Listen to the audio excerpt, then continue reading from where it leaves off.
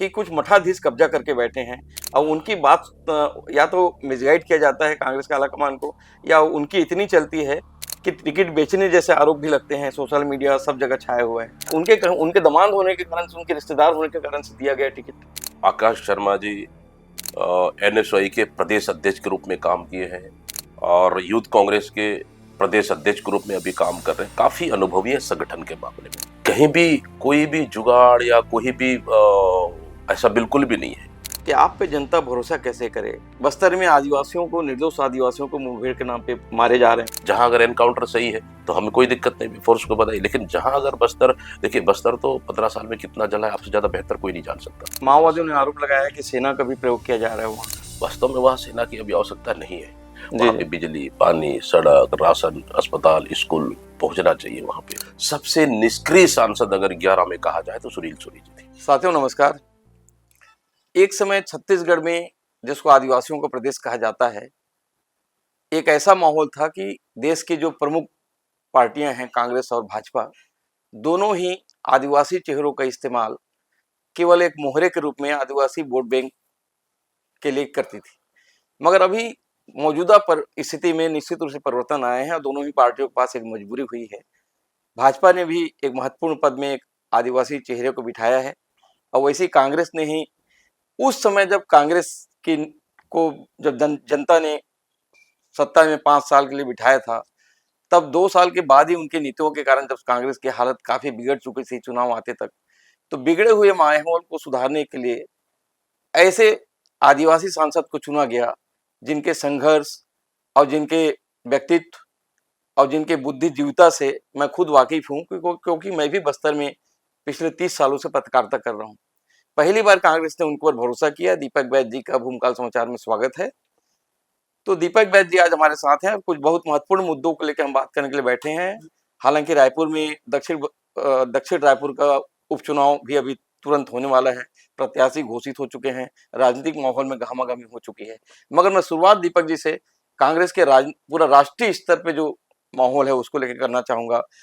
और उसके पहले एक बात और कहना चाहूंगा दीपक जी के लिए कि मेरे सवाल का जवाब देने से पहले जरूर समझें, क्योंकि वो खुद जानते हैं कि कांग्रेस देश में एक ऐसी पार्टी है जो आजादी के आंदोलन से पैदा हुई है, जिसके लोगों ने जान दिया है, जिसको लोगों ने 10-10 साल, 12-12 साल तक जेल में बिताया है।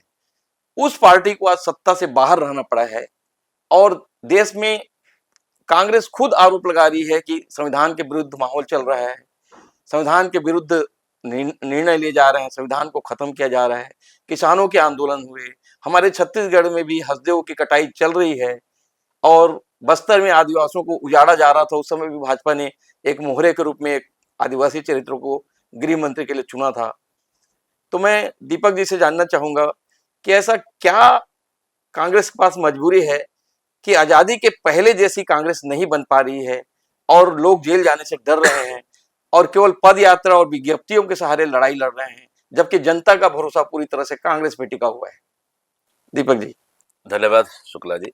सबसे पहले तो आपको बहुत बहुत धन्यवाद। ये सच्चाई है कि देश में इस समय कांग्रेस संघर्ष कर रही है, लड़ रही है।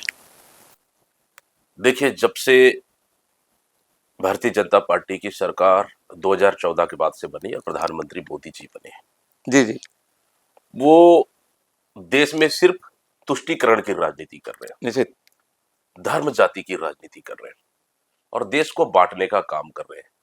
हिंदू, मुस्लिम, सिख, ईसाई, मतलब देश को जोड़ने की बात कभी नहीं करते।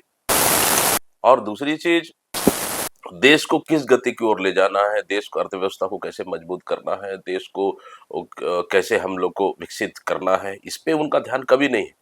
सिर्फ झूठ बोलकर देश को चलाओ, आपस में लड़ा लो, दंगे फसाद करा लो। आज देखो मणिपुर चल रहा है, मणिपुर एक दिन भी नहीं गए। एक आध बार मणिपुर के लिए शायद उन्होंने एक आध लाइन उन्होंने कहा होगा, उसके बाद आज लगभग 2 साल हो रहे मणिपुर जल रहा है।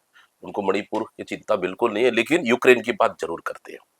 मतलब इस तरह से देश को गुमराह करके, देश के लोगों को, युवाओं को झूठ बोलकर सत्ता में हासिल कर, लगातार जब चुनाव आती है तो भारत पाकिस्तान उनको याद आता है, हिंदू मुस्लिम याद आता है। ऐसे ही कर कर उन्होंने 2 बार सत्ता हासिल की। कहीं न कहीं देश को, जनता को, युवाओं को गुमराह करने का गलत रास्ते पे दिखाया। और दूसरी चीज़, इस समय जब ये सच्चाई है कि इस समय पूरे देश में बदलाव की माहौल थी, जहाँ 400 पार का नारा लगाने वाली पार्टी 240 में आकर सिमट गई। मैं समझता हूँ कि इससे बड़ा झटका भारतीय जनता पार्टी के लिए नहीं हो सकता। और अभी तो सरकार बैसाखी के भरोसा चल रही है। लेकिन हाँ, कुछ हम लोग में कुछ और सुधार की आवश्यकताएं है। हमारे नेता माननीय राहुल गांधी जी बेहतर जनता के बीच जा रहे हैं, काम कर रहे हैं, लोगों से मिल रहे हैं, लोगों के दिल जीतने का काम कर रहे हैं। उसी का नतीजा है कम से कम इस लोकसभा में हम लोग को बेहतर रिजल्ट ऑल ओवर देश से मिला है। और खड़गे जी के नेतृत्व में भी पार्टी बहुत सारे राज्यों में जीत पाई है। और अभी हरियाणा के चुनाव तो देख रहे हैं, पूरी चीज कांग्रेस के पक्ष में जी, माहौल हरियाणा था। के चुनाव से ही मैं आपको फिर ये सवाल खड़ा करूँगा कि देश में माहौल बनता है कांग्रेस के पक्ष में, मगर अचानक जो है खिलाफ चला जाता है, ईवीएम को फिर बनाया जाता है। ईवीएम को लेके तो ठीक है, अभी राष्ट्रीय स्तर अंतर्राष्ट्रीय स्तर पे भी वो मामला आया है, मैं उसमें नहीं ले जाना चाहूँगा आपको। हम जो है महत्वपूर्ण मुद्दे में बात करना चाह रहे हैं।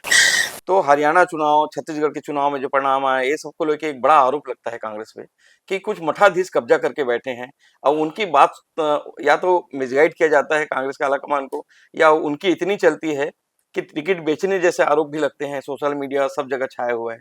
हरियाणा चुनाव को लेके भी यही बात हो रही है। यहाँ रायपुर उपचुनाव को लेके भी ऐसी बात हो रही है कि एक ऐसे प्रत्याशी के खिलाफ भाजपा जो चुनी है, जो एक बार महापौर रह चुके हैं उस शहर के, उसी के एक विधानसभा से जो खड़े हो रहे हैं, जबकि सांसद भी रह चुके हैं, उसके खिलाफ एक एकदम नौसिखे राजनीतिज्ञ को केवल अ, इसलिए उतारा जा रहा है कि कोई एक यहाँ के एक बड़े राजनीतिज्ञ जो मुख्यमंत्री और अध्यक्ष तक तय करते हैं ऊपर की पहुंच से, तो उनके दामाद होने के कारण से, उनके रिश्तेदार होने के कारण से दिया गया टिकट, ऐसा। देखिए, 3 बातें आई, हरियाणा, छत्तीसगढ़ और रायपुर उपचुनाव में। जी, जी। अगर हरियाणा और छत्तीसगढ़ की बात करें, दोनों से मिलता-जुलता है। छत्तीसगढ़ में भी पूरे मीडिया से लेके सब चीज़ ठीक है, हमारी सरकार ने 80% काम अच्छा काम किया। थोड़ी बहुत हम लोग से चूक हुई भी होगी, सरकार नहीं बना पाए, जबकि माहौल पूरे कांग्रेस के पक्ष में था। और भारतीय जनता पार्टी तो सोच भी नहीं सकती थी कि सरकार बनाएंगे, लेकिन सरकार बन गई यहाँ। वही सीन हरियाणा में हुआ। हरियाणा में, पूरा देश में ऐसा माहौल था कि कांग्रेस एक तरफा लहर चल रहा है, कांग्रेस आ रही है वहाँ। लेकिन पता नहीं क्या ऐसा सीनरी हुआ वहाँ पे कि रिजल्ट आया तो सीधा सीधा ये कि वहाँ बीजेपी की सरकार बन गई, जबकि मोदी जी वहाँ खुद भी 3 दिन प्रचार में नहीं गई, ये हुँ, हालत थी वहाँ। जी। और वहाँ के जनता आज भी हरियाणा में पूरी तरह से वहाँ के रिजल्ट को देखकर पूरी शांत है, स्तब्ध है। आखिर रिजल्ट कैसे आया, ये है। ठीक है, ईवीएम पे आरोप तो लगते आया है। भारतीय जनता पार्टी ने भी, लाल कृष्ण आडवाणी भी ईवीएम पे आरोप लगाया। मोदी जी ने खुद भी, जब मुख्यमंत्री गुजरात के, उन्होंने भी कहा है। तो ईवीएम पे तो आरोप लग रहा है, हम ही नहीं, सुप्रीम कोर्ट के जाने माने वकील भी लगा रहे हैं, ज्ञानी जी। लोग लगा रहे हैं ये। तो हरियाणा का चुनाव तो एकदम आश्चर्यचकित है, विश्वास और भरोसे के लायक नहीं है। ठीक है, फिर भी उसमें परीक्षण चल रही है, सब चीजें। जी। दक्षिण विधानसभा की बात करें, दक्षिण विधानसभा हमारे पास, देखिए, दो, भारतीय जनता पार्टी 34 साल से लगातार उस सीट को जीत रही है, 8 बार कंटिन्यू विधायक रहे, बृजमोहन अग्रवाल जी रहे। बृजमोहन, बीजेपी नहीं जीत रही, बृजमोहन अग्रवाल उस सीट को पर्सनल जीतते थे, अपने अपने व्यक्तिगत छवि। अपने व्यक्तिगत पर्सनल बृजमोहन अग्रवाल को चुनते थे और जी, जी। बीजेपी को नहीं चुनते थे। ये हो गया number 1। Number 2, Bharatiya Janata party जिसको टिकट दिया है वो 2 बार महापौर थे, पार्षद, 2 बार महापौर, फिर उसके बाद सांसद रहने के बाद भी, मैं समझता हूँ, मेरे साथ साथी सांसद थे वो। सबसे निष्क्रिय सांसद अगर 11 में कहा जाए तो सुनील सोनी जी थे, सबसे निष्क्रिय। आज भी दक्षिण विधानसभा की जनता पूछते कि सबसे निष्क्रिय, मतलब निष्क्रियता का उनको आरोप पूरी तरह से ये पहले से लगा हुआ है। तो कहीं न कहीं वो दक्षिण विधानसभा की जनता जानती है कि पूरी तरह निष्क्रिय है और कभी पद में रहते हुए किसी काम नहीं किया। तो ये जानती है। रही बात हमारी, हाँ, हम लोगों ने यंग चेहरा को चुना है, यूथ को चुना है। जो आकाश शर्मा जी एनएसयूआई के प्रदेश अध्यक्ष के रूप में काम किए हैं और यूथ कांग्रेस के प्रदेश अध्यक्ष के रूप में अभी काम कर रहे हैं। काफ़ी अनुभवी है संगठन के मामले में। उन्होंने सिर्फ संगठन पे काम किया है, कोई पैराशूट लर्निंग नहीं है। 2 झंडा टांगने का, झंडा लगाने का, दरी उठाने का, दरी बिछाने का, झाड़ू जी, लगाने का आपके बोलने काम, का एक चीज तो जा स्पष्ट हो रहा है झाड़ू वैद्य जी लगाने का काम, कि 1 मिनट मुझे थोड़ा-सा हमें पूरा जी कर जी जी दीजिए। हाँ, झाड़ू लगाने का, झाड़ू उठाने का काम, झंडा और बैनर, पोस्टर लगाने का काम के जमीनी स्तर पार्टी के लिए काम किया है। जी जी। उन्होंने सिर्फ पार्टी के लिए अभी तक लड़ा है, जी लेकिन अब पार्टी ने तय किया है कि ऐसे कार्यकर्ता को टिकट देना चाहिए जो पार्टी के लिए झंडा उठाता है, संघर्ष करता है, 24 घंटा पूरे प्रदेश में काम करता है, ऐसे लोग मौका देना चाहिए। पार्टी ने आलाकमान ने तय किया, दे दिया। रही बात इसमें कहीं भी कोई भी जुगाड़ या कोई भी ऐसा बिल्कुल भी नहीं है। सब सीनियर नेताओं की सहमति सहमति बनी, से सर्वसम्मति से जी सर्वसम्मति सहमति बनी। नो डाउट हमारे पास दक्षिण विधानसभा में मजबूत दावेदार थे। हम जी प्रमोद दुबे जी की बात करें, कन्हैया अग्रवाल जी का बात करें, ज्ञानेश शर्मा जी का बात करें और 3 4 5 6 दावेदार मजबूत दावेदार थे। हमारे लिए भी इतना आसान काम नहीं था, इसलिए हम लोगों ने पैनल बना के भेज दी। हाईकमान ने जो तय कर दिया वो हम लोग को स्वीकार है और पार्टी कार्यकर्ता मजबूती के साथ काम करेंगे। देखिए 2 चेहरा है, एक तरफ निष्क्रिय चेहरा बीजेपी की तरफ, दूसरी तरफ कांग्रेस का जी, आपकी बात सक्रिय एक और चीज युवा स्पष्ट हो चेहरा। रही है। एक तो आप ये कहना चाहते हैं कि भाजपा ने बृजमोहन अग्रवाल को अलग-थलग करके जो किया उसका फायदा कांग्रेस को मिलेगा और बिल्कुल, उसके एक निष्क्रिय चेहरा। बिल्कुल। तो अभी रायपुर जो विधानसभा दक्षिण विधानसभा में उपचुनाव हो रहा है, नया युवा प्रत्याशी है आपके पास, जिसके साथ हजारों युवा हैं, इस तरह की बात भी आ रही है। मुद्दे क्या रहेंगे आपके? देखिए मुद्दे तो ये है जी, कि भारतीय जनता पार्टी के खिलाफ में मुद्दों की कमी नहीं है। जी, बढ़ते अपराध, बिजली बिल में बढ़ोतरी और उसके बाद बहुत से ऐसे महतारी वंदन योजना का लाभ नहीं देना पूरे महिलाओं को और जी, उसके बाद निष्क्रिय चेहरा भारतीय जनता पार्टी में मतलब बहुत सारे मुद्दे हैं। हमारे पास मुद्दों की कमी नहीं है। हम उन मुद्दों को लेकर लड़ेंगे और इस समय दक्षिण विधानसभा बदलाव चाहता है, बदलाव चाहता है, परिवर्तन चाहता है। वहाँ के युवा, वहाँ के मतदाता, हम लोगों ने उस चीज को बहुत करीब से देखा है। कहीं ना कहीं इसका फायदा कांग्रेस को मिलेगा। जी। मगर एक सवाल और जुड़ता है कि आप पे जनता भरोसा कैसे करे? क्योंकि भाजपा के 15 साल के निश्चित रूप से 15 हम लोगों ने भी उस समय सारी चीज़ें सामने लाया है, बस्तर में मैं भी रहा हूँ। 15 साल के अन्याय और अत्याचार के बाद कांग्रेस को बिठाया था। हसदेव आपके समय ही शुरू हुआ, हसदेव की कटाई। आज फिर से भाजपा उसको आगे बढ़ा रही है और बहुत अन्यायपूर्ण तरीके से बढ़ा रही है। बस्तर में आदिवासियों को, निर्दोष आदिवासियों को मुठभेड़ के नाम पे मारे जा रहे हैं, मारा अभी भी जा रहा है। इन सारे मुद्दों में कांग्रेस खुल के सड़क में आ ही नहीं रही है। तो रायपुर के मुद्दे में किस भरोसे में भरोसा करें? नहीं, क्योंकि रायपुर में महापौर तो अभी भी आप ही का है, आपकी पार्टी का ही है। मैं इस पे स्पष्ट करना चाहता हूँ। जी, आपको याद होगा कि पिछले समय हमारी सरकार थी भारतीय जनता पार्टी जी, जी, जी। 4 साल के बाद लास्ट 1 साल चुनाव बाकी था तो मैदान में आया और वो भी प्रधानमंत्री आवास को लेकर पहला विधानसभा का घेराव हुआ तब जी, मैदान में आया। जस्ट उल्टा मैं आपको बता दूं कि कांग्रेस 6 महीने के अंदर में मैदान में आया है, साल भर भी नहीं हुआ है। सरकार की हर नाकामियों को लेकर हम लगातार सड़क से लेकर सदन तक हम लड़ रहे हैं।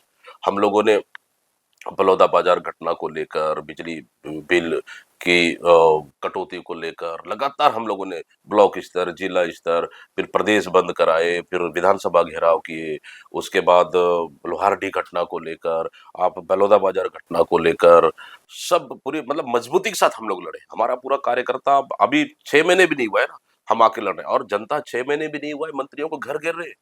युवा जो झूठे सपने दिखा के 1 लाख लोग नौकरी देंगे, जो हमारी सरकार में नौकरी निकालते हैं उनको सिर्फ नियुक्ति पत्र देना है, नियुक्ति पत्र दे नहीं पा रही है। आज लगातार धरने में बैठे हैं, उनको लाठी मारा जा रहा है। सरकार की इतनी नाकामियां है, अगर हम लड़े तो हमारे लिए 30 दिन भी कम पड़ जाएगा, हम निश्चित। लड़े तो 12 महीने भी कम पड़ जाएगा हमारे लिए। हाँ ये सच्चाई है कि हमारी सरकार में हसदेव का हम लोगों ने स्वीकृति नहीं दी है।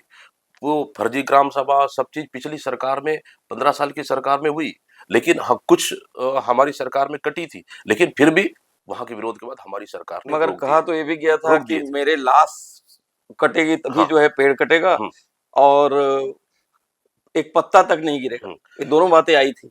तो जी, उसके बाद हमारी सरकार ने रोक दी। फिर जी। उसके बाद पर्यावरण स्वीकृति से लेके जो भी हुँ, सेंट्रल का स्वीकृति है उसको निरस्त करने के लिए हमारी सरकार ने चिट्ठी भेजी, निरस्त किया जाए जी, उसको और विधानसभा में अशासकीय संकल्प भी पास किया गया कि उसको निरस्त किया जाना है और यस, नहीं कटाई होना चाहिए। दोनों चीज हमारी सरकार ने की और रोक भी दी चुनाव तक। जी, लेकिन विष्णुदेव सरकार आते साथ, बीजेपी की सरकार आते साथ, आदिवासी मुख्यमंत्री बनते साथ दूसरे दिन से कटाई चालू, शपथ ग्रहण के दूसरे दिन से कटाई चालू। क्यों? मैं पहली उसके बाद मैं 2 बार जा चुका हूँ वहाँ, गया भी पहले, लोगों को बोला, भरोसा भी दिलाया को हम आपके लिए लड़ेंगे। अभी फिर जाके आया हूँ मैं, फिर जाके आया हूँ, लाठीचार्ज हुआ है, मैं गया हूँ, बोला हूँ कि अभी उपचुनाव चल रहा है, उसके बाद आप जहां तय करोगे, जो तय करोगे, दीपक बजा पूरे कांग्रेस आपके साथ खड़ी है। हम लड़ रहे हैं लगातार। बस्तर में फर्जी एनकाउंटर हुआ, उसके खिलाफ हम लगातार लड़ रहे हैं। जनता अगर कह रही है कि ये एनकाउंटर फेक है, हम उसको लड़ाई लड़ रहे हैं। जहां अगर एनकाउंटर सही है तो हमें कोई दिक्कत नहीं, फोर्स को बताइए। लेकिन जहां अगर बस्तर, देखिए बस्तर तो 15 साल में कितना जला है, आपसे ज्यादा बेहतर कोई नहीं जान सकता। जी। लेकिन हमारी सरकार में थोड़ा सा शांति था, लेकिन इस सरकार आने के बाद फिर कहीं ना कहीं फेक एनकाउंटर, फिर उसके बाद फर्जी नक्सली सरेंडर, फर्जी आदिवासियों को फर्जी तरीके से जेल भेजने का प्रक्रिया अभी भी शुरू है। लेकिन जहां भी ऐसे अगर ग्रामीण विरोध कर रहे हैं तो कांग्रेस उनके साथ पूरी तरह माओवादियों से। ने आरोप लगाया है कि सेना का भी प्रयोग किया जा रहा है वहाँ देखिए इस पे। देखिए वास्तव में वहां सेना की अभी आवश्यकता नहीं है। जी आवश्यकता नहीं है। जी वहाँ जी। पे बिजली, पानी, सड़क, राशन, अस्पताल, स्कूल पहुंचना चाहिए वहाँ पे। तो लोगों को दिल जीतना चाहिए, भरोसा जीतना चाहिए। आप सेना को उतारेंगे, सेना आके सीधा कौन नक्सली है, कौन आदिवासी है, किसी के माथे पर तो लिखा नहीं है। तो चलिए ये तो बहुत बहुत धन्यवाद दीपक जी, आपने इतना समय दिया हमें। सवाल तो बहुत सारे हैं और बीच बीच में मिलते रहेंगे, बात बिल्कुल करते रहेंगे। बिल्कुल thank you। आप बस एक आखिरी चीज कि जैसे भाजपा अ, आदिवासियों पे अत्याचार करने के लिए एक आदिवासी चेहरे को मुख्यमंत्री बना के रखी है, कहीं ऐसा तो नहीं कि कांग्रेस भी आदिवासी क्षेत्रों में लगातार पिछली बार जो पराजय का मुख देखना पड़ा, उसी लिए हार के बाद भी आपके ऊपर भरोसा बनाए रखने का बात सामने ला रही है या उपयोग कर रही है आपका? नहीं देखिए, हम लोग हर वर्ग की लड़ाई लड़ रहे हैं। आदिवासियों के लिए लड़ाई लड़ रहे हैं, युवाओं के लिए लड़ाई लड़ रहे हैं। सतनामी समाज के ऊपर बलौदा बाजार में ज्यादती हुई, उनके खिलाफ हम लड़ाई लड़ रहे हैं। मतलब हर वर्ग के लिए, साहू समाज की बेटी का न्याय के लिए लोहारडी में 3 लोगों की मौत हुई, उसके लिए लड़ाई लड़ रहे हैं। हम लोग हर वर्ग, हर लोगों के लिए हम लोग लड़ाई लड़ रहे हैं। मतलब ये है कि कांग्रेस इस समय मजबूती के साथ लड़ाई लड़ रही है, और सरकार ने इस 10 महीने में छत्तीसगढ़ की जनता का भरोसा खो चुका है। ये चीज हम लोग बहुत करीब से देखे, इसलिए आगे भी हम मजबूती से लड़ेंगे। बहुत बहुत धन्यवाद आपका। बिल्कुल।